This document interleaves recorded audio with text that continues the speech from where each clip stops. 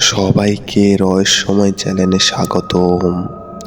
আজকে একটা সত্য ঘটনা আপনাদের মাঝে তুলে ধরবো। সবাই মনোযোগ সহকারে গল্পটা শুনুন। আমাদের গ্রামে একটা মসজিদ আছে, মসজিদের পাশেই একটা দোকান। আমরা প্রতিদিনের মতো দোকানে আড্ডা দিচ্ছি। মসজিদে নামাজ পড়ায়া ইমাম সাহেব চলে গেছে। ইমাম সাহেব মাইকটা বন্ধ করতে মনে নেই, চলে গেছে। ইতিমধ্যে গেছে কারেন্ট। আমরা দোকানে বসে থেকে লুডু খেলতেছি। লুডু খেলতে খেলতে প্রায় 3 ঘন্টা পরে কারেন্ট এলো। কারেন্ট এসে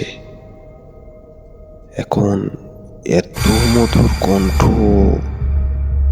মাইকে শোনা যাচ্ছে। বন্ধুরা, আমরা 4 জন লুডু খেলতেছি দোকানে বসে থেকে।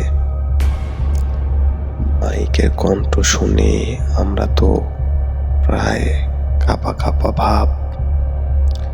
একজন তো ছুটে দৌড় মারলো। বাকি আছে আমরা 3 জন।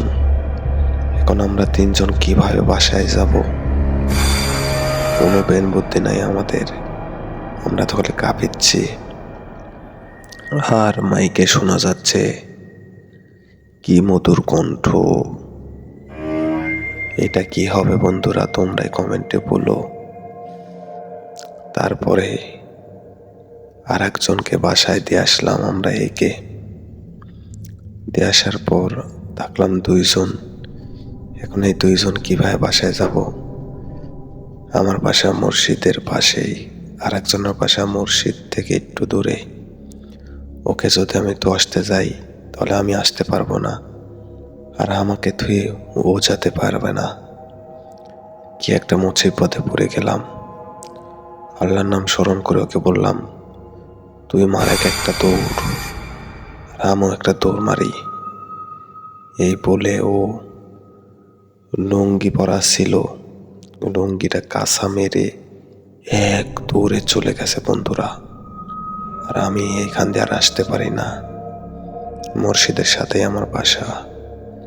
খালি মনে হচ্ছে এই বুঝি সামনে এলো, এই বুঝি সামনে এলো। তারপরে আমি আল্লাহর নাম স্মরণ করে মারলাম একটা দৌড়। এক দৌড়ে আমি রুমের ভেতরে বন্ধুরা। তারপরে এসে শুয়ে পড়লাম। তারপরে আর কোনো আওয়াজ টাওয়াজ পেলাম না।